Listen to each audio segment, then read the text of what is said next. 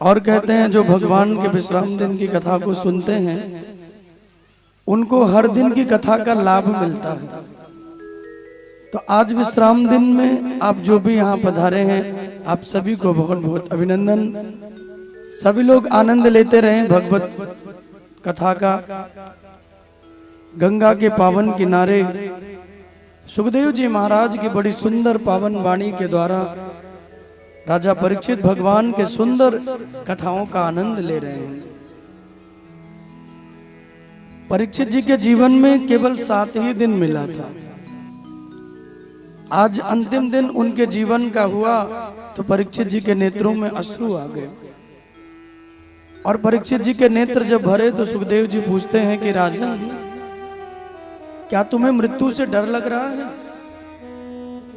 क्योंकि मौत का डर तो हर किसी को होता है, हाँ या ना?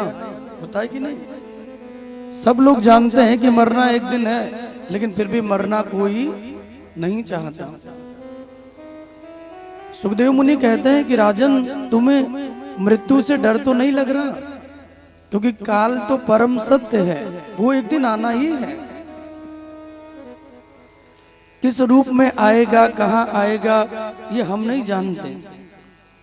ये प्रभु जानते हैं। कब, कैसे, कहाँ काल हमें अपना ग्रास बनाएगा, ये वो जानते हैं। इसलिए सुखदेव मुनि कहते हैं कि राजन, तुम मृत्यु से डरो मत, क्योंकि मृत्यु तो स्वाभाविक है, एक ना एक दिन आना ही है। आज नहीं तो कल, कल नहीं तो परसों। लेकिन एक वो मृत्यु है जो सुमृत्यु होती है। सत्कर्म करते हुए जीवन बीत गया, दान पुण्य करते हुए, सेवा भाव करते हुए, अच्छे कर्म करते हुए जीवन बीत गया। और वो जो मृत्यु होती है ना, वो सुमृत्यु कहलाती है। और एक वो मृत्यु भी होती है कि कोई मर जाए तो लोग कहते हैं अच्छा हुआ चले गए, धरती से बोझ कम हो गया, है कि नहीं? एक मृत्यु वो है कि लोग मर जाएं तो कहते हैं भैया बहुत अच्छे आदमी थे, दुनिया छोड़ के चले गए, देखो उनके बिना ये काम नहीं हो रहा। सुखदेव मुनि कहते हैं कि राजन, तुम अपने जीवन को केवल और केवल हरि के चरणों में समर्पित करो, क्योंकि तुम्हारे पास बहुत दिन नहीं है, केवल एक दिन है। और इस एक दिन में तुम्हें भगवत प्राप्ति करनी है। सुखदेव जी जैसा गुरु मिले तो किसका कल्याण ना हो जाए, जो केवल गुरु नहीं है अपितु स्वयं वेदमान मूर्ति बन के मानो श्री वेद व्यास जी महाराज के सुपुत्र मानो भगवान नारायण ही मूर्ति बन के वैराग्य धारण करके और सुखदेव के रूप में आके प्रकट हो गए हों।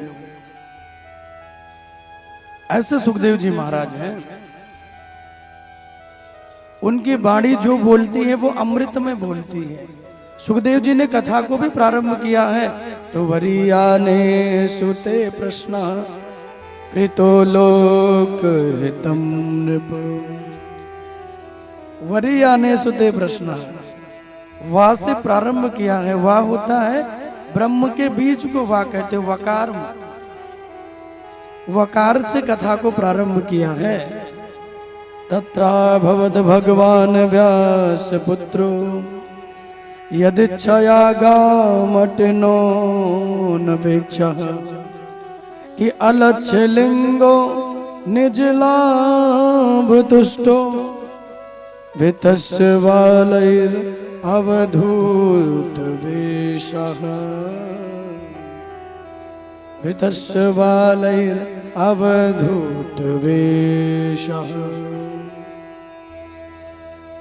तत्रा भवद भगवान व्यास पुत्रो। और कहते हैं कि उसी समय भगवान वेद व्यास के सुपुत्र स्वयं वैराग्य त्याग के चक्र चूड़ामणि श्री सुखदेव जी महाराज पधारे। और वही सुखदेव जी राजा परीक्षित का कल्याण करने के लिए भी आए। सुखदेव मुनि कहते हैं कि राजन, आज तुम्हारे जीवन का वो दिन है भगवत भक्ति का कि अंतिम समय है तुम्हारे पास। आज अपने जीवन को भगवत शरण में लगाकर तुम्हें भगवत प्राप्ति हो जाएगी। परीक्षित के नेत्र भर गए। सुखदेव मुनि कहते राजन, मृत्यु के डर से रो तो नहीं रहे हो? परीक्षित जी कहते हैं महाराज, मुझे मृत्यु का कोई गम नहीं है, क्योंकि जो श्रीमद् भागवत का श्रवण कर लेता है उसे मृत्यु का भय नहीं होता। इसलिए परीक्षित कहते हैं प्रभु, हमें मृत्यु से डर नहीं लग रहा। बोले तो किस बात का डर है? बोले डर तो सिर्फ इस बात का है कि मेरे जीवन में 7 ही दिन क्यों मिले, और मिल जाते तो और दिन हम भगवान की कथा को सुन लेते, हरि की कथा का श्रवण कर लेते। 7 दिन भगवान की कथा को सुन के सुखदेव जी कहते हैं मेरा जो मन है वो भरा नहीं है, और दिन मुझे मिलता तो मैं और सुनता। आप आज कथा को पूर्ण कर देंगे, कथा को विश्राम दे देंगे, तो कल कौन मुझे कथा सुनाएगा? कल कौन मुझे हरि का नाम सुनाएगा? कल किसकी वाणी के द्वारा हमें कथा श्रवण करने को मिलेगी? मुझे इस बात का गम है। भगवत प्रेम देखिए, हरि की कथा से यही प्रेम हो। कथा पूर्ण हो तो भी मन श्रवण करने के लिए अनुरागी बना रहे, मन श्रवण करने के लिए मयूर बना रहे। निगम कल्प तरोर गलितम फलम सुख मुखादमृत द्रव संयुतम पिबत भागवतम रसमालयम मुहुरहो रसिका भुवि भावुका। निगम कल्प तरोर गलितम फलम, वेद रूपी शाखा से निकला हुआ श्रीमद् भागवत का ये सुंदर पका हुआ फल है। और भागवत जो फल है ना, इसमें ना कोई गुठली है और ना कोई छिलका है, इसमें रस ही रस है। भागवत का जो आनंद लेना चाहिए, इसमें गुठली छिलका कुछ है ही नहीं महाराज। श्री कृष्ण की कथा तो इतनी प्यारी है भैया, रस से भरी है। इसीलिए कहते हैं मम कर्ण रसायनम, भगवान की कथा मेरे कानों को आनंद देने वाली है।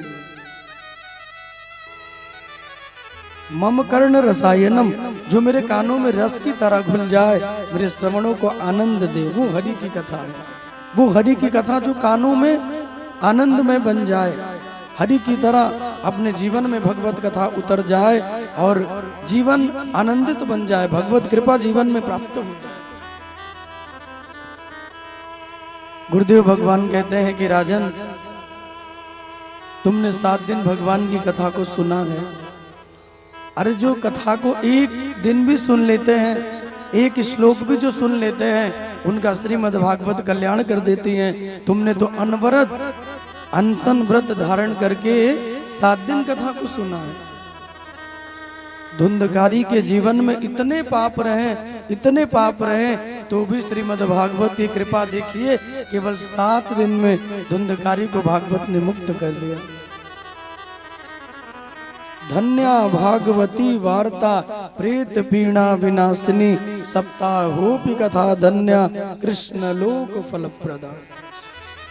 इसलिए भागवत को कहा गया धन्य है श्रीमद् भागवत, जो केवल 7 दिन में प्रेत बने धुंधकारी का कल्याण कर देती है।